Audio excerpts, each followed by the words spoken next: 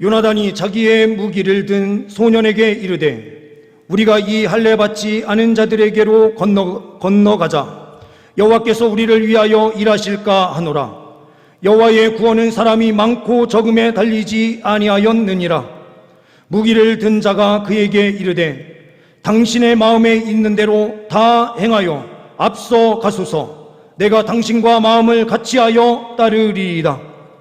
요나단이 이르되 보라, 우리가 그 사람들에게로 건너가서 그들에게 보이리니 그들이 만일 우리에게 이르기를 우리가 너희에게로 가기를 기다리라 하면 우리는 우리가 있는 곳에 가만히 서서 그들에게로 올라가지 말 것이요, 그들이 만일 말하기를 우리에게로 올라오라 하면 우리가 올라갈 것은 여호와께서 그들을 우리 손에 넘기셨음이니 이것이 우리에게 표징이 되리라 하고, 둘이 다 블레셋 사람에게 보이매 블레셋 사람이 이르되 보라, 히브리 사람이 그들이 숨었던 구멍에서 나온다 하고, 그 부대 사람들이 요나단과 그의 무기를 든 자에게 이르되 우리에게로 올라오라. 너희에게 보여줄 것이 있느니라 한지라. 요나단이 자기의 무기를 든 자에게 이르되 나를 따라 올라오라. 여호와께서 그들을 이스라엘의 손에 넘기셨느니라 하고, 요나단이 손발로 기어 올라갔고 그 무기를 든 자도 따랐더라. 블레셋 사람들이 요나단 앞에서 엎드려지매 무기를 든 자가 따라가며 죽였으니 요나단과 그 무기를 든 자가 반나절 가리 땅 안에서 처음으로 쳐 죽인 자가 20명가량이라. 들에 있는 진영과 모든 백성들이 공포에 떨었고 부대와 노략군들이 떨었으며 땅도 진동하였으니 이는 큰 떨림이었더라. 아멘. 우리는 이 세상을 살아가면서 힘든 삶을 경험합니다. 이 힘든 삶을 우리가 어떻게 극복하고 승리하는 삶을 살 수 있을까? 우리는 오늘 말씀의 배경이 되는 상황을 통해서 다시 한번 우리도 어떠한 믿음으로 나아가야 되는지 확인할 수가 있게 됩니다. 블레셋이 강한 나라로 점점 그 영토를 확장해 오는데 가장 큰 피해는 이스라엘 땅이었습니다. 이스라엘 땅이 점점 블레셋 군대에 의하여 점점 그 영토를 잃게 되고 블레셋의 침공은 계속해서 더해지는 상황 가운데 있었습니다. 이때에 요나단이 국지전이 펼쳐지는 곳에서 먼저 나아가서 먼저 감행을 했었던 적이 있습니다. 이 사건이 계기가 되어서 블레셋 사람들이 총동원되어 이제 이스라엘 민족 앞에 서 있게 된 상황입니다. 지금 이때의 상황은 사울이 왕위에 오른 지 딱 2년째 되는 때였습니다. 2년 정도 된 시기다라고 그러면 아직 나라가 제대로 구성되지 못한 때입니다. 왕정이 처음부터 있었던 나라가 아니었습니다. 하나님께서 왕으로 계셨던 나라였기에 신정 국가였습니다. 그런데 이스라엘 백성들이 그렇게 간절히 원하게 됨으로 인해서 하나님께서는 왕 제도를 허락해 주시죠. 왕이 된 사울이 나라에 기틀을 놓기 시작하지만 처음 그 기틀을 놓는다는 것 자체가 쉬운 일이 아니에요. 통치 체제를 제대로 만들어내는 것도 어려운데 군대를 훈련시킨다는 것 자체는 더 큰 어려움이 있는 것이죠. 처음에는 사람들이 새로운 왕, 우리가 원하는 왕이 세워졌으니 하면서 많은 사람들이 몰려올 수 있었지만 지금 상황을 보게 되면 블레셋으로부터 계속 어려움을 당하고 이제 자기 자신들의 처지나 환경을 보면은 가능성이 점점 없다라는 사실이 눈에 보이게 되니 전쟁을 치러야 된다라고 할 때에 모인 숫자가 3,000명가량 정도밖에 없어요. 그리고 이 사람 가운데서도 뿔뿔이 흩어지면서 사울과 함께한 군대는 600명 정도밖에 되지 않아요. 이러한 처참한 상황. 그런데 블레셋 군대는 어떠합니까? 마병만 하더라도 6천. 그리고 보병의 숫자는 너무 많아서 그 숫자를 셀 수 없어서 바다의 해변에 모래와 같았다라고 표현을 하고 있어요. 이러한 숫자적으로도 도저히 전쟁을 치를 수 없었던 이러한 상황, 이 상황이 우리의 현실과 똑같아요. 우리의 모습을 보면 아무것도 가진 게 없어요. 우리도 능력이 없어요. 이때에 요나단이 어떻게 승리하였고 이스라엘 민족이 어떠한 승리의 영광을 누리게 되었는지 오늘 본문 말씀을 통하여 우리는 그것을 확인하고 그 길로 우리도 힘있게 나아갈 수 있는 은혜가 있기를 소망합니다. 첫 번째로는 우리를 위해 일하시는 하나님을 보아야 합니다. 6절 말씀을 보게 되면 이렇게 말씀하고 있습니다. 요나단이 자기의 무기를 든 소년에게 이르되 우리가 이 할례 받지 않은 자들에게로 건너가자. 여호와께서 우리를 위하여 일하실까 하노라. 지금 우리가 보고 있는 개정 성경에는 여호와께서 우리를 위하여 일하실까 하노라 라고 하면서 약간 의심이 들어간 투로 번역이 되긴 했어요.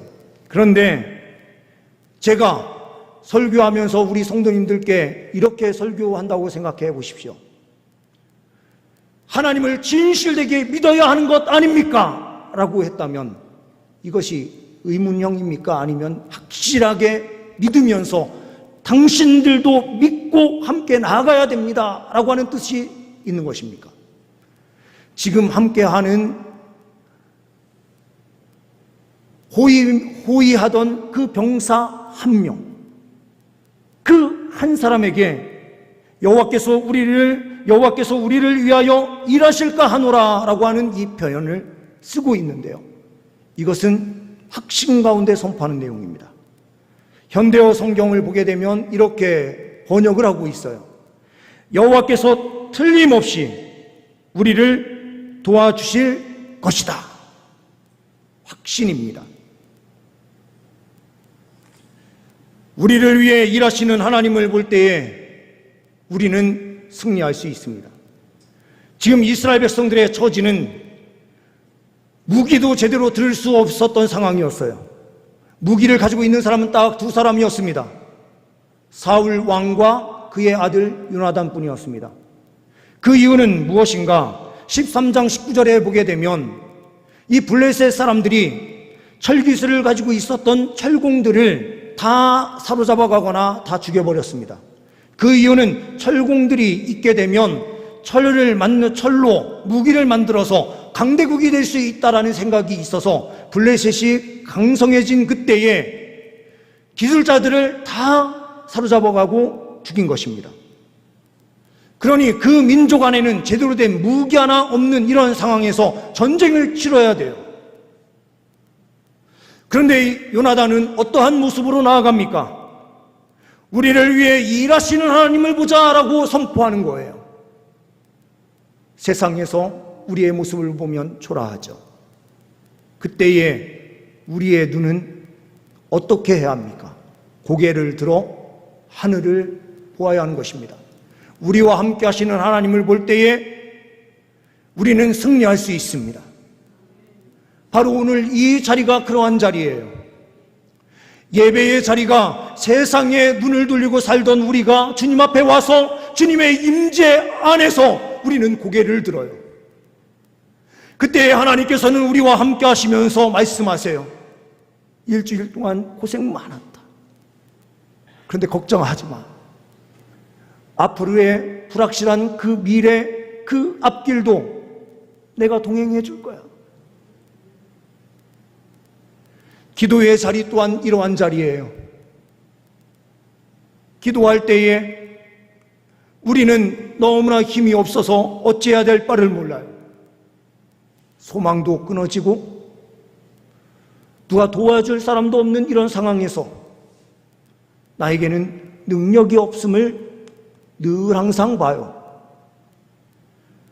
기도할 때에 그런데 주님께서 우리의 기도를 들으신다라고 약속하시고 계시고 우리의 이 작은 읊조림 하나까지도 주님께서는 다 듣고 계신다라고 말씀하시며 순간순간 응답의 은혜로 함께하여 주십니다. 우리를 위해 일하시는 하나님을 보십시오. 하나님께서 일하신다라고 하는 것은 반드시 보호하시고 인도하시는 행동이 있음을 말하는 표현이에요. 하나님께서 우리를 도우시기 위하여 행동하십니다. 두 번째로는 하나님의 일하시는 방법을 신뢰해야 한다라고 우리에게 말씀해 주고 있습니다. 6절 하반절 말씀을 보게 되면 이렇게 말씀합니다. 여호와의 구원은 사람이 많고 적음에 달리지 아니하였느니라. 현대어 성경에서도 이렇게 이야기를 하죠. 여호와의 일에는 사람의 많고 적음이 문제되지 않는 법이다. 하나님께서 일하실 때에는 하나님의 방법이 있으십니다. 오늘 6절에 사람이 많고 적음에 달리지 아니하였다라는 이 표현이 도대체 무슨 표현입니까? 준비된 PPT 내용 한번 보시면은요,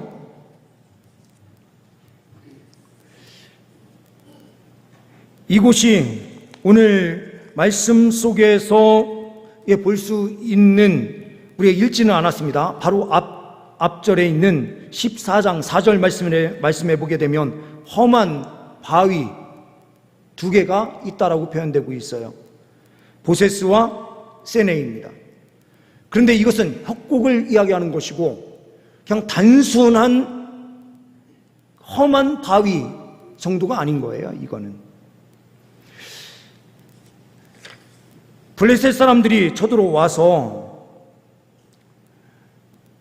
이들이 이 위쪽에 올라와서 그 전진 부대를 투입시켜서 저곳을 막고 있는 거예요.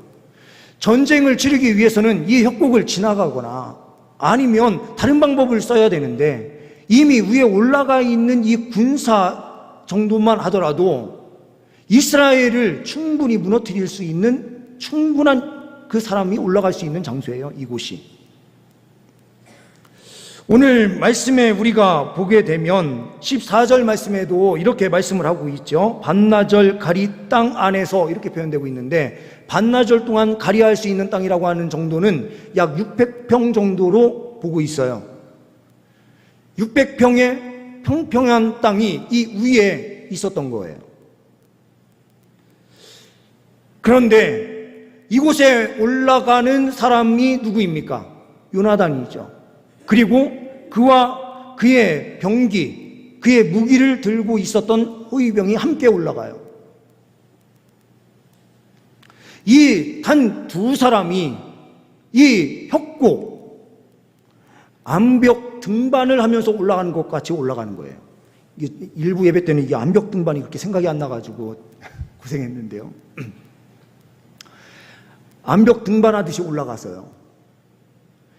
암벽 등반할 때 맨손으로 올라가는데요, 자일이 있거나 뭔가 있는 게 아닌데 그 맨손으로 올라간다고 하면은 손이 힘이 다 풀리죠. 저 높은 곳에. 그런데 그가 올라가자마자 어떠한 역사가 펼쳐져요? 그냥 일순간에 20명을 죽였다라는 표현이 나오거든요. 20명 죽이는 게 쉬운 일 아니에요. 그런데 죽은 숫자만 20명이죠. 만약 부상을 입어서 쓰러지고 넘어진 사람들까지 숫자를 세면은 더 많은 숫자였겠죠. 앞에서 갑자기 올라와서 치고 오는데 20명이 그 자리에서 싹 쓰러지는 거예요. 이때에 어떤 역사가 펼쳐지는가? 우리가 읽지는 않았지만 20절과 21절 말씀을 보게 되면요, 제가 현대어 성경으로 좀 쉬운 성경으로 다시 한번 읽어드릴게요. 이렇게 되어 있습니다. 그리고 사울은 즉시 군인들을 거느리고 적진을 향해 함성을 지르며 밀고 올라갔다. 이렇게 사울이 적진에 이르러 보니 요나단이 올라가서 그렇게 막 흐트러 놓는 상황을 보고 같이 투입이 된 거예요. 그랬더니 가만히 보니 블레셋 군인들이 칼을 빼들고 서로 자기 편을 쳐 죽이고 있었다. 그곳은 이미 많은 블레셋 군인들이 쓰러져서 피를 흘리는 수라장이 되어 있었다.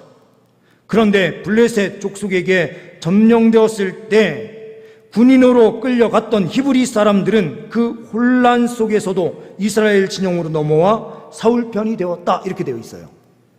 이거는 무슨 상황이냐? 수명이 앞에서 다다다닥 죽어가는 것을 딱 보는 순간 이 사람들이 겁을 먹기 시작한 거죠.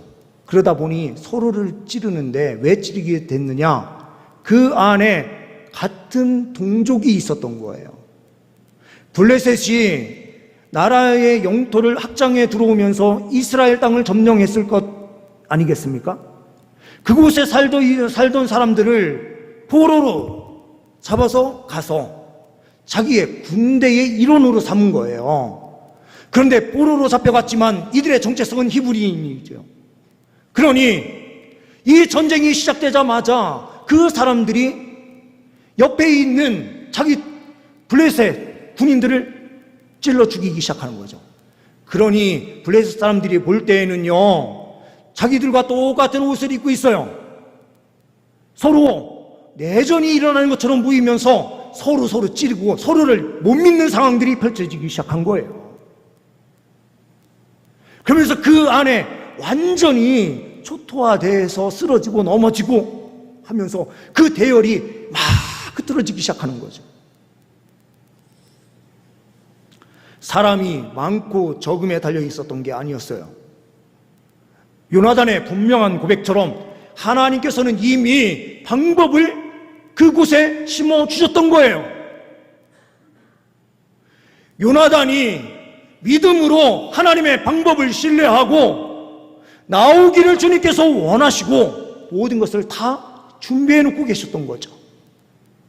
하나님의 방법은 우리의 상상을 초월하는 방법으로, 우리의 생각과는 전혀 다른 방법으로 하나님께서는 역사하시는 분이에요. 한 기자가 유람선을 타고 가다가 남양군도를 지나가다가 그만 암초에 그 배가 들이받게 되면서 표류하다가 이 남양군도 섬 쪽에 들어가요. 섬에 들어가서 보니 아무도 살지 않는 무인도였습니다. 살긴 살아야 되니 어떻게 합니까? 처음에는 주변을 돌아다니면서 그냥 따서 먹을 수 있는 것들을 찾아서 보는데 먹을 수 있는 것도 한계가 있죠. 그런데 그곳에서 너무 추운 거예요. 일교차가 있고 하면 밤에는 춥고, 그리고 어떤 짐승들이 또 올지 모르니 방어를 하기 위해서는 불이 필요하죠.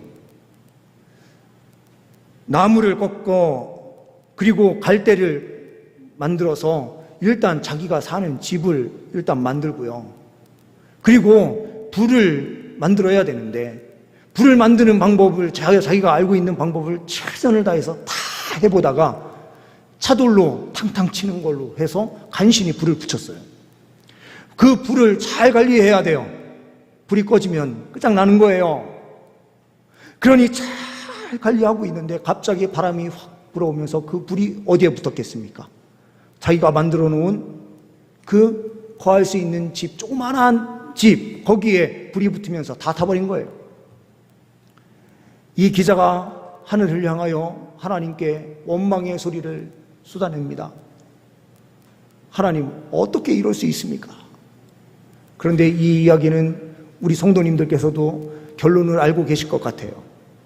그 연기가 쫙 타오르면서 어떻게 됐습니까? 지나가던 배가 있어서 구조가 됐다라는 내용이죠. 전하 위복이 일어나요. 하나님의 방법은 우리가 가장 없는 상태가 됐을 때에 더 강함을 드러내시고 하나님의 방법을 나타내시는 분이에요. 아무것도 없는 상황 가운데서 전쟁을 치러야 되는 이때에 요나단은 믿음을 가지고 나아갔어요. 믿음으로 나아갈 때에, 하나님의 방법을 신뢰하고 믿음으로 나아갈 때에 진정한 승리의 은혜가 있게 될 줄 믿습니다. 세 번째로는 하나님께서는 동역자를 통해 일하심을 믿어야 합니다. 하나님의 사람을 하나님께서 붙여주시고 하나님께서 함께 격려하게 하시고 그 가운데서 힘을 얻게 하시고 승리의 은혜를 허락하여 주십니다. 7절 말씀을 보게 되면 이렇게 말씀합니다. 무기를 든 자가 그에게 이르되 당신의 마음에 있는 대로 다 행하여 앞서가소서. 내가 당신과 마음을 같이하여 따르리이다. 요나단이 그렇게 담대하게 죽음의 장소로 암벽을 타고 등반하면서까지 올라가는 그 위험천만한 일을 벌인 이유가 무엇입니까? 자기와 함께하는 동역자가 있다라고 하는 그 믿음 때문이죠. 이 한 사람이 있을 때에 어떤 역사가 펼쳐집니까? 구역이 힘드십니까? 구역에 한 사람만 더 헌신하면서 함께하면 구역은 100% 살게 돼요.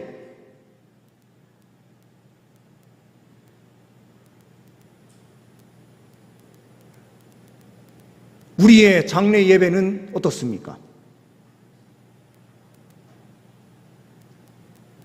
함께하는 사람이 없으면 우리의 모든 예배는 초라한 예배처럼 보여요. 아니, 오늘 말씀에 사람이 많고 적음에 달리지 않았다고 하시지 않았습니까? 믿음의 사람들이 더 많아지고 많아지면 더 큰 강력한 역사가 펼쳐지는 것입니다. 믿음 없는 자가 100만 명이 모여도 소용이 없다는 뜻이죠.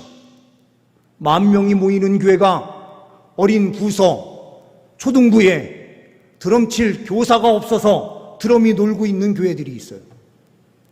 제가 그 이야기를 듣고 깜짝 놀랐어요.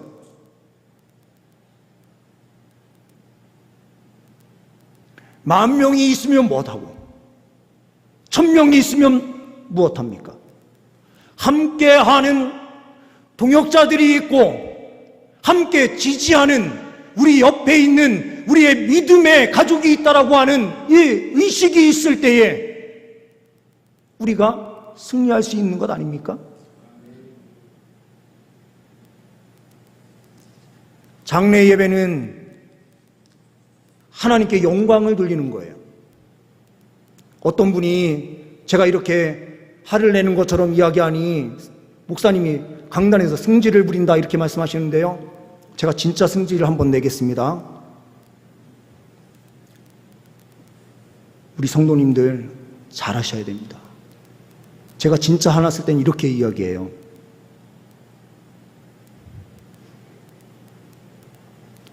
우리의 예배가요, 어떠한 예배로 달려가고 있습니까?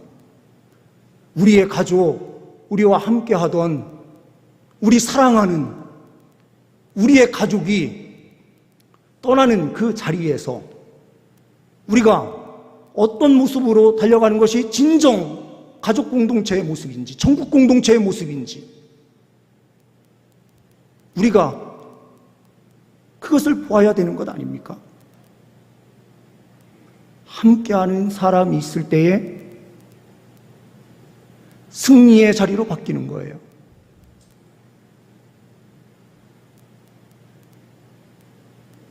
요나단은 아무것도 없었습니다. 이스라엘 민족은 아무것도 없었어요. 요나단 한 사람과 요나단의 칼을 찬 호위병 한 사람, 딱 두 사람만 믿음을 가지고 나아갔을 때에 강력한 역사가 펼쳐졌어요. 그 한 사람이 나 자신이 되도록 구역에서, 각 전도회에서, 각 장소에서 함께 할 때에 우리 공동체는 힘있게 세워지는 거예요.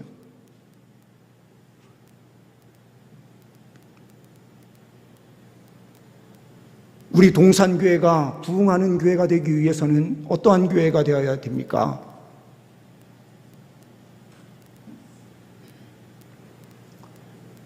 어떤 분들은 이야기할지 몰라요.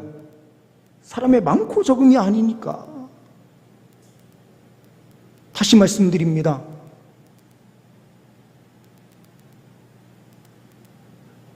하나님께서는요, 이 땅에 있는 그리스도인들이 전부 다 영혼 구원을 위한 강한 꿈을 갖기를 원하세요. 왜 그러냐면 그 사람들을 하나님께서 영원전에 선택하여 예정해 놓으셨기 때문에 그래요. 예정된 그 사람들을 주님께서 반드시 구원하기를 원하시고 계세요. 근데 그 마음을 그리스도인들에게 주시는 거거든요. 진정한 그리스도인이면 영원 구원을 위해서 안 달려갈 수가 없는 거예요. 오늘 장례의 자리는 더 그런 것 같아요. 우리 배인숙 권사님께서 기도 많이 하셨는데 우리 아드님이 완전히 믿음 없는 건 아니신 것 같은데,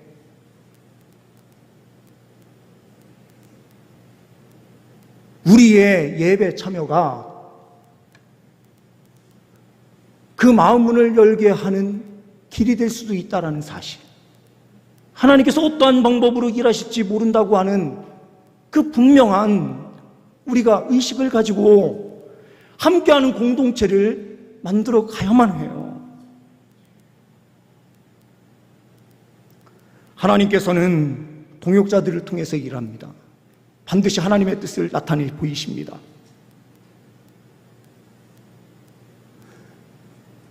우리 성도님들께서 좀 피곤하시고 어려우시더라도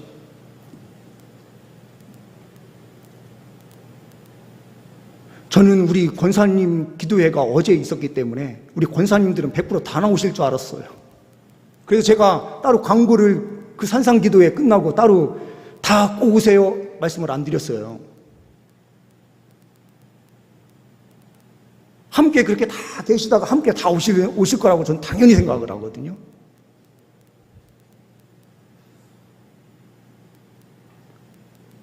물론 어제도 그 장소가 비좁아서 우리 성도님들 오셔서 그 자리가 넘쳐가지고 어디 뭐 앉을 데 없었던 건 맞아요. 근데 제가 기대했던 것보다는 그 자리가 저의 장례 자리였다라고 생각한다면 어떨까? 우리는 이걸 생각을 할 수 있어야만 되죠. 그리고 우리 자녀들이 나의 신앙의 모습을 어떻게 평가하게 될까? 우리는 이것까지 동시에 함께 볼 수 있는 눈이 열려야만 되는 것이 믿음의 눈이 열린 것이냐 아니냐라고 볼 수 있는 거죠. 저는 다른 거는 몰라도 장례만큼은 우리 성도님들이 적극적으로 참여해 주셨으면 좋겠어요.